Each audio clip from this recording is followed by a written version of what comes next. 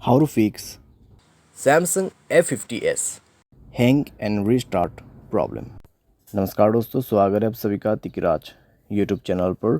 तो दोस्तों, आज की इस वीडियो पर मैं आपको बताऊंगा कि कैसे आप जो है अपने सैमसंग के डिवाइस पर हैंग और रीस्टार्ट प्रॉब्लम सॉल्व कैसे कर सकते हैं। यहाँ पे दोस्तों क्या होता है, जब हमारे डिवाइस ठीक है हैंग हो जाते हैं तो वो अपने आप रिस्टार्ट हो जाते हैं। ठीक है, इस तरीके का प्रॉब्लम है ये। तो अगर दोस्तों आपकी जो डिवाइस है, ठीक है, सैमसंग का, वो भी अगर हैंग हो जाते, हैंग होने के बाद अपने आप रिस्टार्ट भी हो जाते, तो ये किस तरीके का प्रॉब्लम है, ठीक है, और आपको कैसे ये प्रॉब्लम फिक्स करना होगा, आज के इस वीडियो पर मैं आपको सॉल्यूशन बताने वाला हूँ। वीडियो को अंत तक देखिए, जो भी सॉल्यूशन मैं आपको बताऊँगा उसको फॉलो करें, आपका प्रॉब्लम सॉल्व हो जाएगा। ठीक है, वीडियो शुरू करने से पहले दोस्तों, अगर आपने चैनल को सब्सक्राइब नहीं किया है तो सब्सक्राइब करते हुए बेल आइकन को क्लिक करें।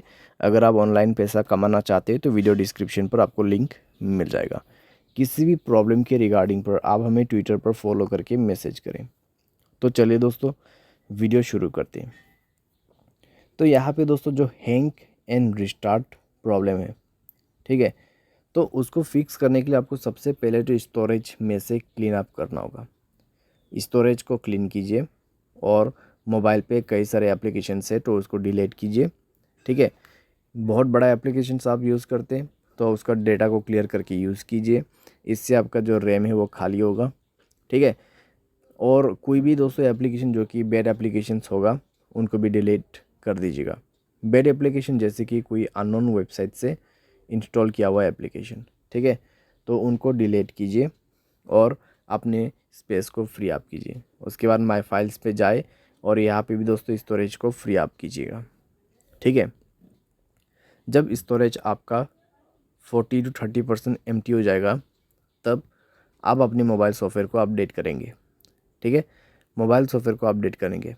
मोबाइल सॉफ्टवेयर अपडेट होने के साथ ही साथ आपका प्रॉब्लम सॉल्व हो जाएगा। ठीक है, तो हैंग और रिस्टार्ट का जो इशू है आप इसी तरीके से फिक्स कर सकते हैं। तो ये सॉल्यूशन को आप फॉलो करके देखिए, प्रॉब्लम सॉल्व हो जाना चाहिए। अगर सॉल्व हो जाता है तो अच्छी बात है।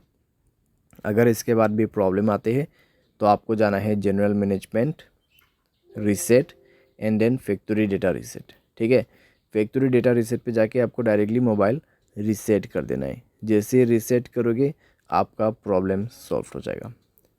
तो इस तरीके से दोस्तों आप अपने हैंग एंड रिस्टार्ट प्रॉब्लम को फिक्स कर सकते हैं।